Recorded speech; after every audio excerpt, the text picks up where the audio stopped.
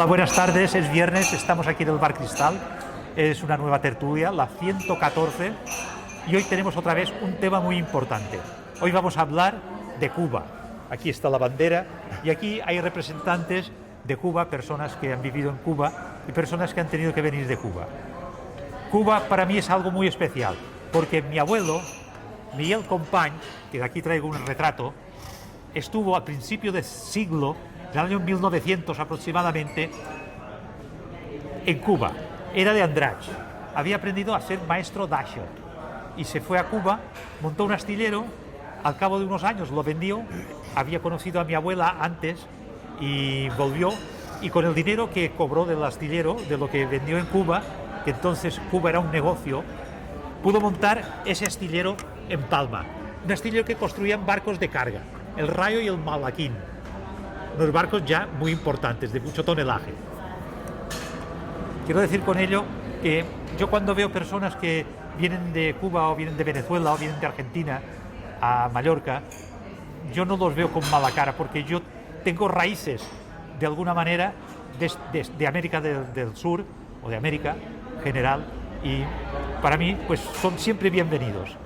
Y yo creo que Mallorca es un caso que no solo es el mío, sino es un caso muy general. No obstante, hoy no vamos a hablar de mí, vamos a hablar de esas personas.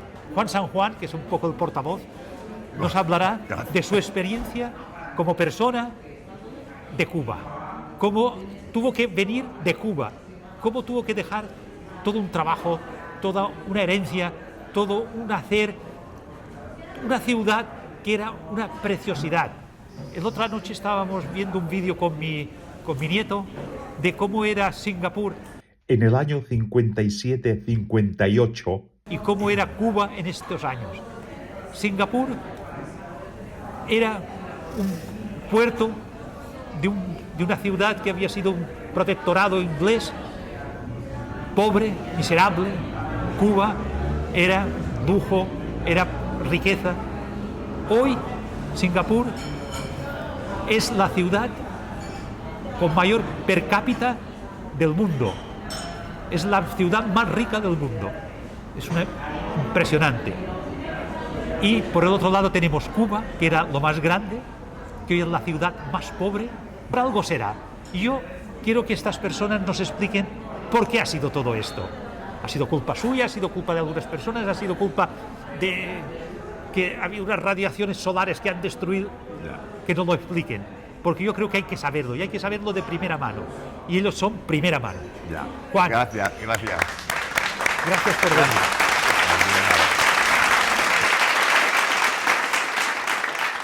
Quiero en primer lugar dar las gracias a la propiedad del Bar Cristal y nuestro patrocinador Jubimar.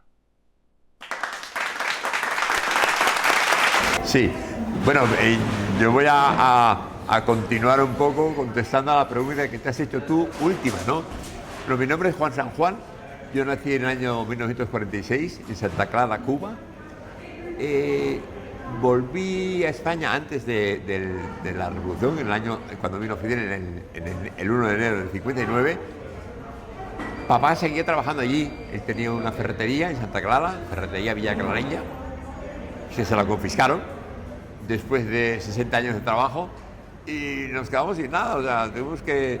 Bueno, yo después fui a Estados Unidos, porque bueno, nos quedamos sin dinero. El peso cubano en el año 59 tenía el mismo valor que un dólar. O sea, tú contabas los dólares y era el mismo valor que un peso cubano. Luis Acosta, que está a mi lado, me lo puede asegurar, ¿no? Así es, exactamente. Aunque tú eres más joven, ¿no? Sí, bueno, yo no viví esa etapa, pero sí. Lo sé por mis padres. Sí. Entonces, bueno, también tengo parte de mallorquín, porque mi abuelo, Bernardo Valén, él se fue a Cuba a principios del siglo, e iban a Batabanó a coger esponja. Lo que pasa es que, bueno, él no pudo seguir allí porque tiene enfermedad de los pulmones y se trasladó a Caibarien. Después él vino a Andratx. Traigo un libro de los andricholes que estuvieron en Cuba. Muchos de ellos, bueno, volvieron muchos murieron, están enterrados allí, ¿no? Pero bueno, muy buen recuerdo, pero no hay libertad. Es lo único que nos falta hoy en Cuba. A ver si con este proceso que han empezado, a ver si acaba bien, ¿no? Ya veremos. A ver, Luis, ¿tú qué opinas? Sí. Gracias. Sí, Luis Acosta, ¿no? A ver, tú eres un cubano, bueno, también nacido en el 55, pero viniste tú, ¿en qué año viniste? ¿Volviste aquí a España? Yo llegué a Europa, no a España. A Europa llegué en el año 91, exactamente el 7 de marzo del 91, lo recuerdo perfectamente porque hacía un frío horroroso. Ajá. Y llegué a Polonia porque mi mujer es polaca. Y luego, bueno, estando en Polonia, pues en un momento dado ya yo había aprendido a hablar en polaco, porque hablo perfectamente polaco. La ópera de Polonia necesitó venir a España y necesitaba un traductor. Tenía una gira aquí en España y necesitaba un traductor. Y me pidieron que si queríamos venir a servir de traductor aquí a España. Me parece que lo hice bien y el empresario español pues me contrató y yo dije, pues mira, pues ya en vez de estar dando viajes Polonia, España, pues ya me quedo aquí. Y me quedé, y luego de tanta vuelta que he dado por toda España, un buen día me dijo mi hermano que ya vivía aquí en Mallorca, me dice, ¿tú qué haces dando tanta vuelta por el mundo? Acabas de sentar cabeza en un sitio y vente a vivir a Mallorca, que con los idiomas que tú hablas, seguramente aquí encontrarás trabajo. Y así fue, efectivamente. Llegué a Mallorca y todavía en aquel entonces había posibilidad de encontrar un trabajo decente. Mi primer trabajo no era lo que yo había trabajado nunca, porque yo siempre en Cuba fui profesor universitario, pero bueno, empecé a trabajar como guía en viajes y de tours. Y ahí empezó mi recorrido aquí en Mallorca. Muy bien, muy bien, muy bien.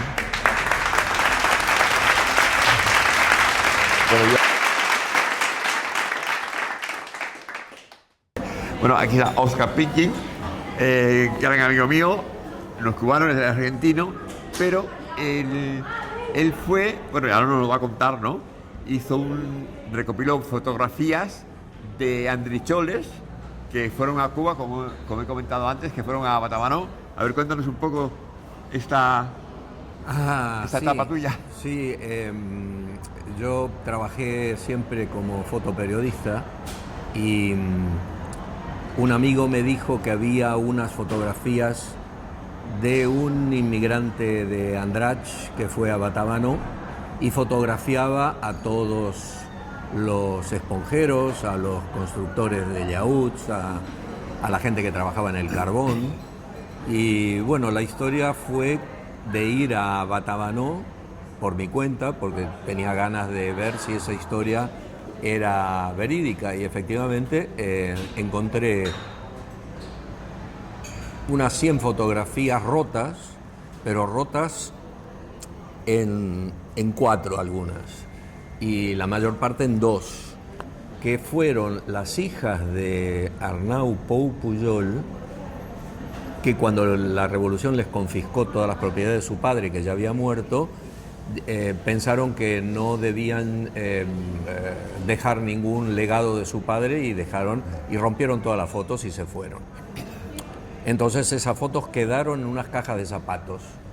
Efectivamente, bueno, es un poco largo de contar cómo llego yo a ver esas cajas de zapatos, y efectivamente estaban las fotos allí. Yo empecé a encontrar los trozos, las reproduje y después durante un año las restauré. Y entonces, un año después, gracias a unas subvenciones del Ayuntamiento de Andratx y del gobierno balear, pude hacer un libro y una restauración y copias de todas las fotos, y se las llevé a Batabanó. Así que en Batabanó hicieron una gran fiesta y en el museo hicieron una exposición con esas fotos, pero mi trabajo fue exclusivamente documental, como arqueología fotográfica.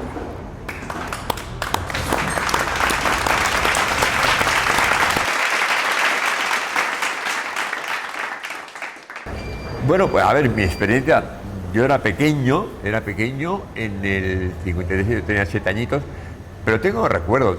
Yo en casa recuerdo, teníamos televisión en casa, me acuerdo los payasos estos de Gabio Foimiliki, que después volvieron a España, ellos empezaron en Cuba. Y me acuerdo del programa que tenían allí.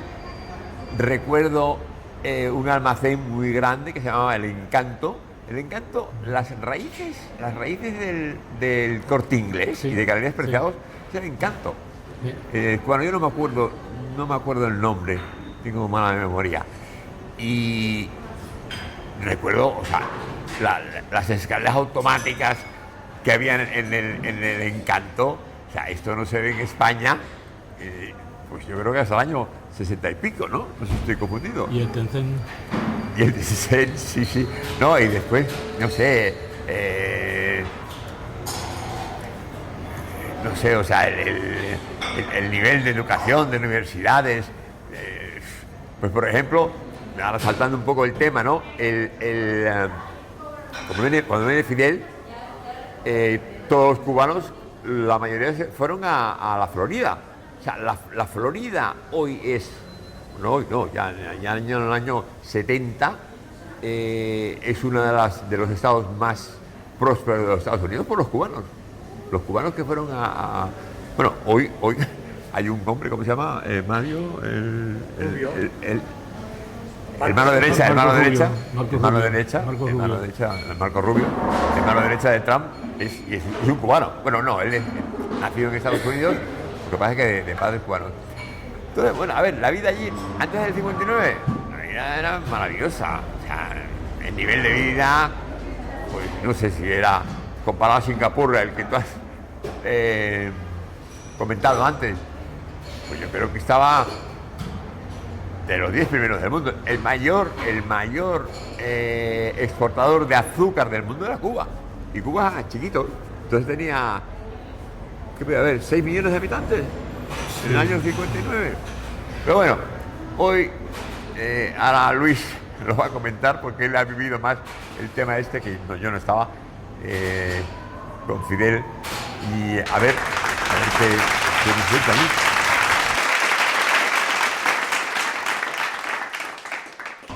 Bueno, yo he vivido realmente varias etapas en Cuba, ¿eh? Cuando, como sabéis, ya nací en el 55, con lo cual, cuando llegó el delincuente este a asumir el poder, pues yo tenía 5 años.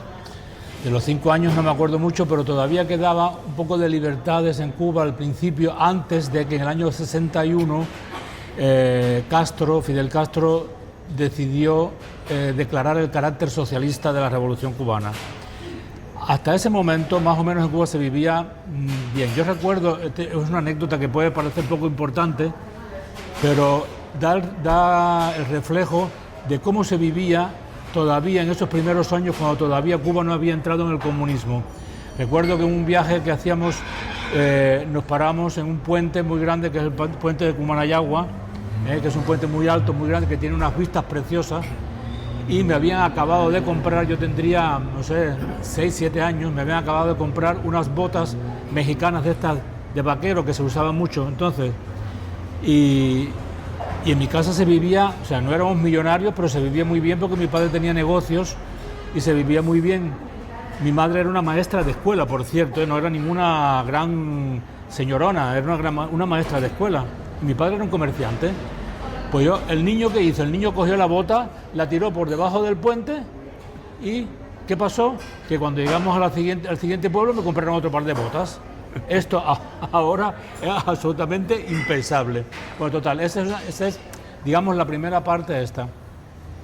Siempre le reproché a mi padre por qué no quiso emigrar, como emigraron, por ejemplo, algunos tíos míos.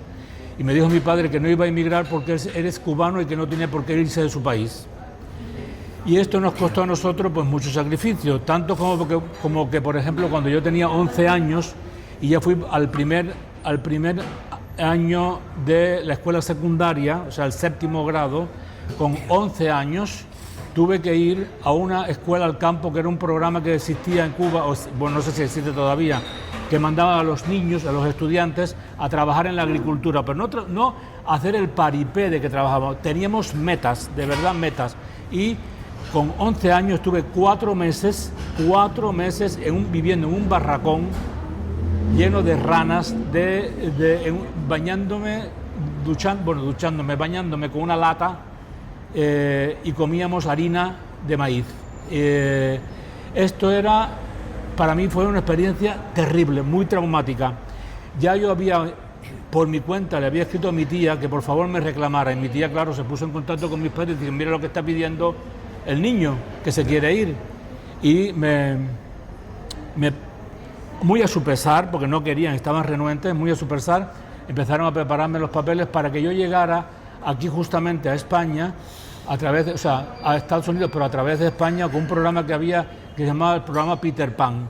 El programa Peter Pan era un programa que niños cubanos, que conseguido a través de familiares que tenían o en España o en los Estados Unidos, venían aquí y estaban un tiempo en el Escorial, viviendo en el Escorial en Madrid, antes de pasar a los Estados Unidos. Bueno, todo estaba preparado, pero entre una cosa y la otra me llegó lo que llaman en Cuba edad premilitar. Edad premilitar, ¿qué edad os podéis imaginar? ¿Los 20 años? ¿20, 21 años? Pues no. A los 15 años ya es edad premilitar. Por lo tanto, no puedes salir de Cuba. Para mí fue un trauma horroroso, terrible, no poder salir. Yo tenía muy claro que Cuba no era el destino de mi vida, porque yo quería realizarme y no me iba a poder realizar. De todas maneras, bueno, las cosas luego me tuve que quedar, no pude salir, terminé mis estudios hasta bachillerato y quise estudiar ciencias políticas, porque era una carrera que a mí siempre la política me llamaba la atención. De hecho, bueno, ahora mismo soy regidor en el Ayuntamiento de Palma, el primer cubano regidor primer cubano que ocupa un cargo institucional en España. Y terminé la enseñanza hasta el bachillerato. Quería estudiar ciencias políticas, pero no me fue permitido porque ciencias políticas era una carrera exclusivamente destinada para militantes del Partido Comunista de Cuba y de la Unión de Jóvenes Comunistas de Cuba. Bueno. Y hay una cosa que tengo yo muy buena, es que jamás pertenecí ni siquiera a la Juventud Comunista de Cuba. Nunca quise pertenecer a esto. Bien, lo más parecido a algo así fue la carrera de periodismo. Entré en la carrera de periodismo en la Universidad de La Habana, pero era un verdadero antro, la Facultad de Periodismo, un verdadero antro de política procomunista. Llegué hasta el tercer año, hasta el cuarto año, me faltaba un año para graduarme, pero como yo tenía esta vocación de enfrentamiento y de lucha y de participación política activa, un buen día me llaman a la redacción de la revista donde yo trabajaba, porque teníamos que estudiar y trabajar en una cosa que ellos llamaban eufemísticamente prácticas de producción, pero que en realidad era una explotación laboral porque no nos pagaban nada. Ya. Y me dice el director de la revista, te vas a graduar, pero no vas a ejercer. Yo dije, esto son palabras mayores. Rápidamente me fui a hablar con mis padres y le dije, mira, aquí pasa algo, me seguís ayudando y me cambio de carrera o dejo los estudios universitarios. Mis padres me dijeron, no, termine tus estudios aunque tengas que estudiarlo cualquier cosa. Y bueno, la única carrera afín que podía haber estudiado era filología hispánica en la Universidad de La Habana. Y en la Facultad de Filología había un poco más de apertura, era como un poco más, el ambiente era como un poco más bohemio, porque casi todos los profesores que asistían en la Facultad de Filología eran profesores que habían vivido o trabajado en Europa. De hecho, muchos profesores eran españoles. Recuerdo una anécdota que llegué tarde a la primera clase en la Facultad de Filología. Yo venía de periodismo, pero entre el trámite de cambiarme o no cambiarme, yo dije, madre mía, el expediente mío ya viene muy sucio, porque por lo que me habían hecho en periodismo. Y me dice la secretaria de la Facultad de Letras, me dice, te hemos aceptado, pero que sepas que hemos limpiado tu expediente, porque traías una nota muy negativa en tu expediente por motivos políticos. Le dije, pues muchas gracias.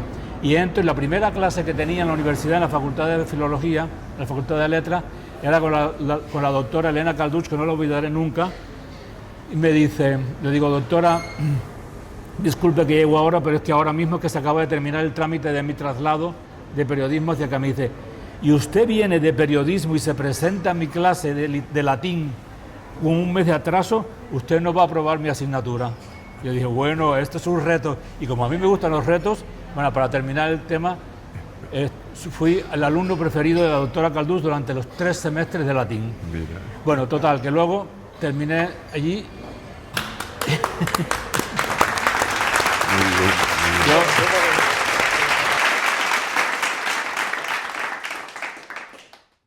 Bien, terminada la universidad, pues había que empezar a trabajar. Busca trabajo. Como tenía tan buen expediente, un expediente muy, muy bueno, empecé a trabajar como bibliotecario en la Escuela Superior de Ciencias Sociales. Necesitaba un profesor de Historia Social de la Literatura y el Arte y me preguntaron que si quería asumir el cargo de profesor de Historia de la Literatura y el Arte. Pues empecé ya a dar clases de esto. Y el alumnado que había en la Escuela Superior de Ciencias Sociales casi todos eran grandes dirigentes del partido. De hecho, alumno mío fue Díaz-Canel, el actual presidente de Cuba, Sí, sí. que ya apuntaba maneras en aquel entonces. En aquel entonces Díaz-Canel era el primer secretario del Partido Comunista en Villa Clara. Villa Clara, ajá. Bien. Santa Clara. En Santa Clara. Perdóname. Sí, en la provincia. Sí. Y aparece el tema de la perestroika en la Unión Soviética, y como Cuba es tan mimética, siempre fue mimética de todo lo que se hacía en la Unión Soviética y en el campo socialista, pues se empezó a notar una pequeña apertura parecida a la de la perestroika.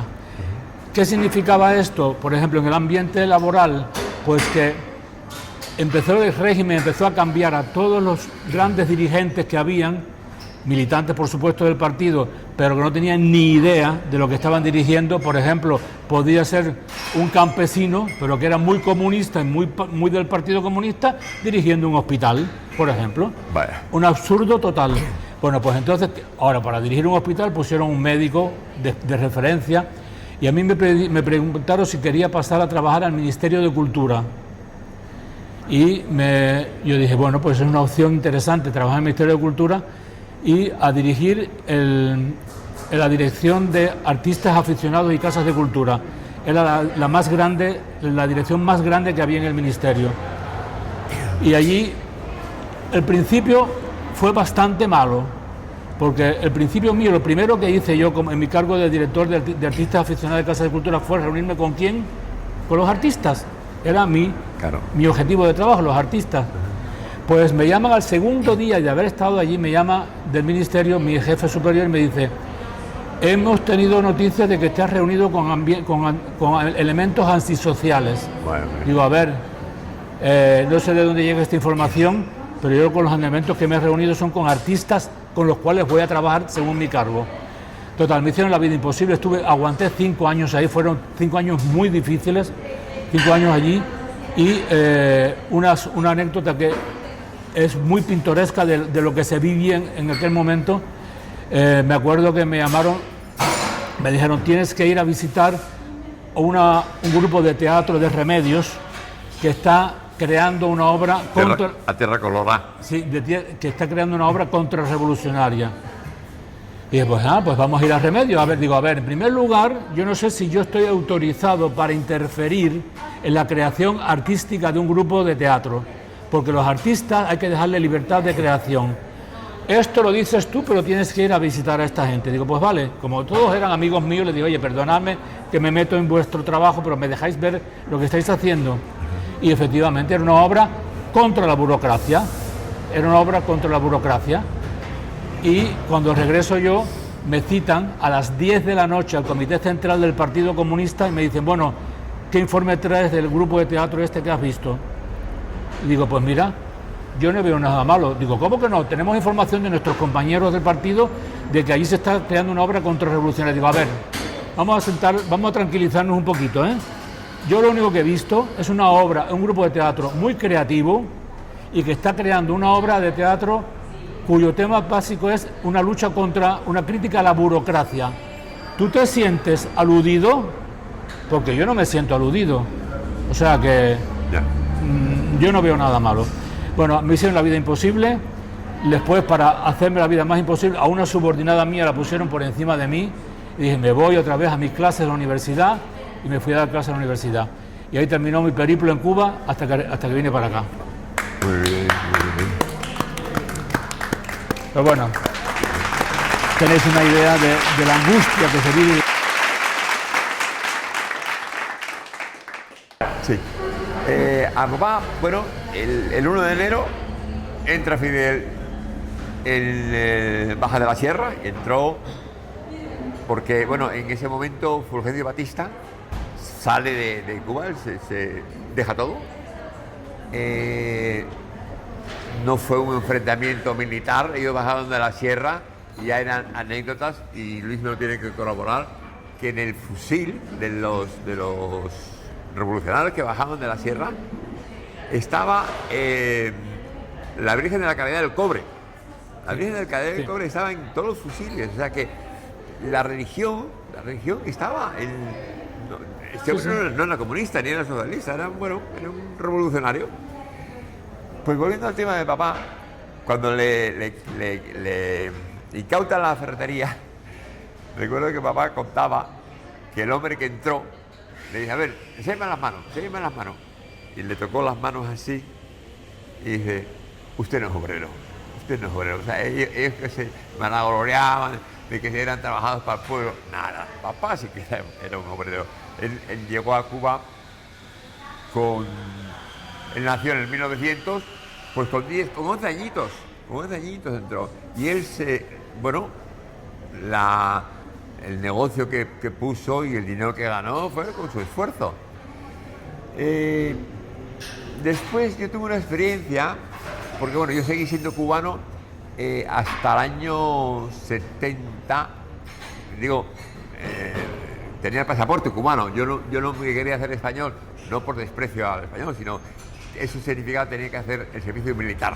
Yo no, yo con el negocio aquí, tenía un negocio aquí, trabajaba en Mallorca, yo no. Y entonces recuerdo que iba a Madrid, yo dependía de Madrid, y tenía que ir allí a Madrid cada 4 años para renovar el pasaporte. Y recuerdo que el encargado de allí decía, San Juan, tú tienes que venir ahí a La Habana y poner un negocio de restaurante, y ya verás que te va a ir bien. Y digo, oye, pero por favor, que en Cuba no hay nada, estamos hablando de años 60 y pico, no hay nada. ¿Cómo que no hay nada? Mira, antes solamente la gente de dinero podían comer solomillo, y ahora comen solomillo todo el mundo. Dice, nadie, allí no hay, no como ahora, porque ahora los pobres, ahora sí que pasan pena. Y dice, no, porque ahora le quitaban al rico para repartirse a los pobres. No, porque si hubiese sido así, pues aún dices tú, pero no, él... Lo más importante que han quitado Cuba es la libertad. No hay libertad. No sé si ustedes lo vieron el otro día en el periódico, salió una foto de La Habana, todo oscuro, y la gente decía, no queremos electricidad, lo que queremos es libertad. Y es eso lo que falta, que yo creo que llegará pronto.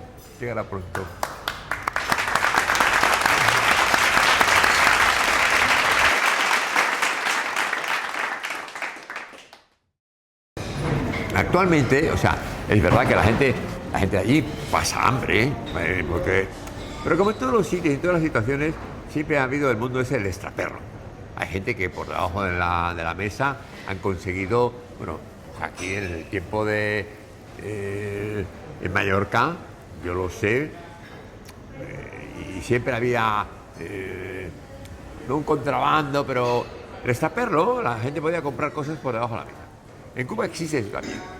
Hoy, actualmente, y Luis, corrígeme por favor si estoy equivocado, uno puede mandar comida allí, puede mandarla no físicamente, sino pues hay una página en internet en donde tú vas como un carrito, como si estuvieras ahora en un supermercado, y tú compras latas de atún o vino o lo que sea, y mandas el nombre de la persona que lo va a recibir allí en Cuba y lo recibe.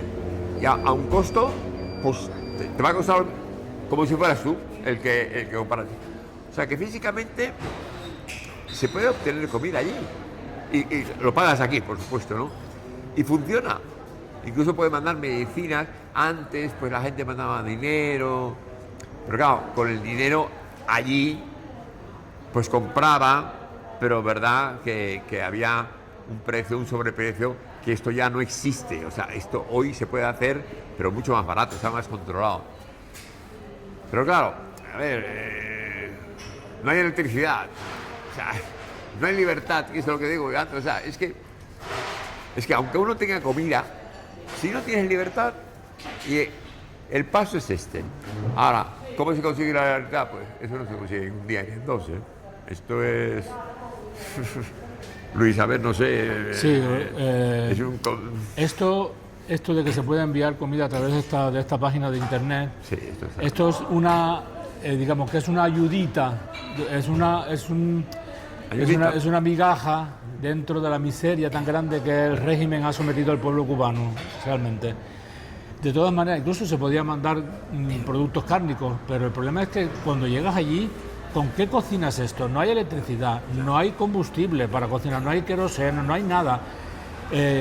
Una de las últimas cosas que vi yo, regresando un día de la universidad, me encuentro que llego a casa, mi mujer también era profesora universitaria, y me encuentro en casa un hornillo de carbón. Le digo a mi mujer, ¿y esto qué cosa es? Me dice, es que no va a haber más gas. Digo, ¿qué dice? Dice, no, ahora vamos a tener que cocinar Digo, ¿cómo vamos a cocinar en un piso con una cocina de carbón? Dice, pues nada, habrá que bajar al jardín y cocinar ahí abajo. Digo, era aberrante. O sea, esto de que pues se puede mandar comida es una de las pequeñas cositas que indican que no hay tal bloqueo en Cuba. En Cuba lo que hay es un embargo. Hay una cosa muy, muy cierta. Usted viene aquí a este bar, a este sitio, y quiere consumir, tú no le puedes decir al camarero, sírveme un bocadillo y ya te lo pagará la revolución. No, tienes que pagárselo. Y si no, llamar a la policía y decirme, este me quiere hacer un simpa aquí, ¿eh?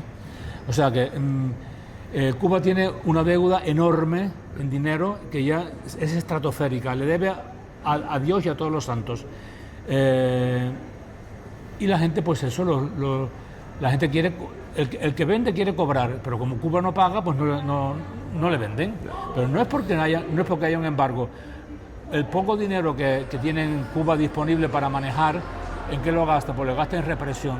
Le ha comprado con 20 millones de euros que ha mandado Pedro Sánchez al régimen cubano.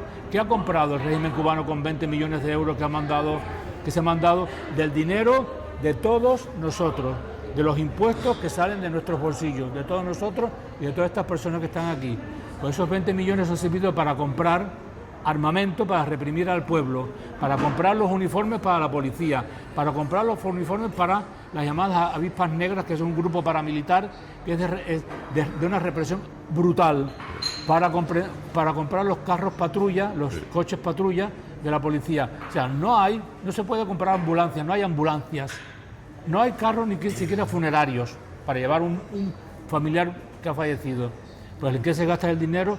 En comprar coches de patrullas de policía y motos para policía, para reprimir a la población. ¿Hay bloqueo? No, si en un país que está bloqueado, pues no entra nada. Pues eso es lo que pasa en Cuba. En Cuba hay un embargo, y este embargo, pues y el embargo es normal. Primero que todo, el embargo surge a raíz de ¿qué?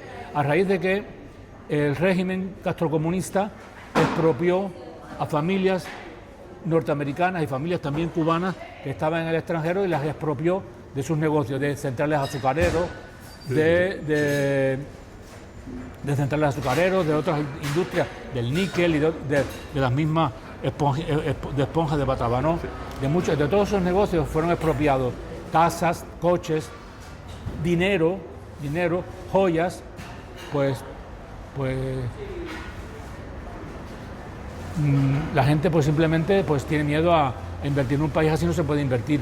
Yo puedo montar mañana aquí una cafetería que la ley, aunque tenemos lo que tenemos, pero la ley no me va a impedir a mí que yo monte mi cafetería si cumplo con todos los requisitos. Pero en Cuba usted monta un hotel ahora, y como usted no entre dentro de la mecánica del sistema, su hotel se va del aire.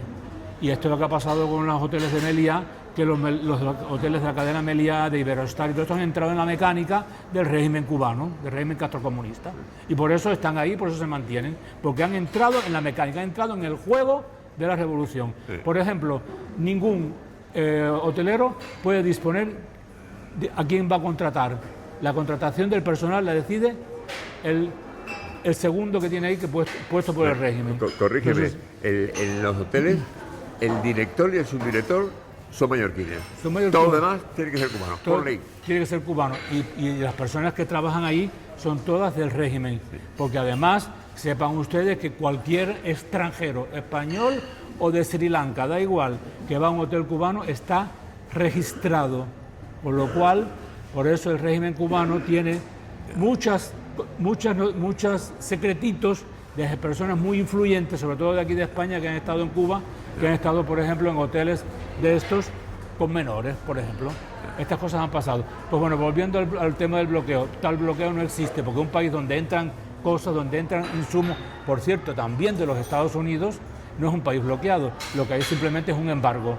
Y el cuento del bloqueo es una nana para dormir que ya nos dura ya 67 años, pero no existe tal bloqueo.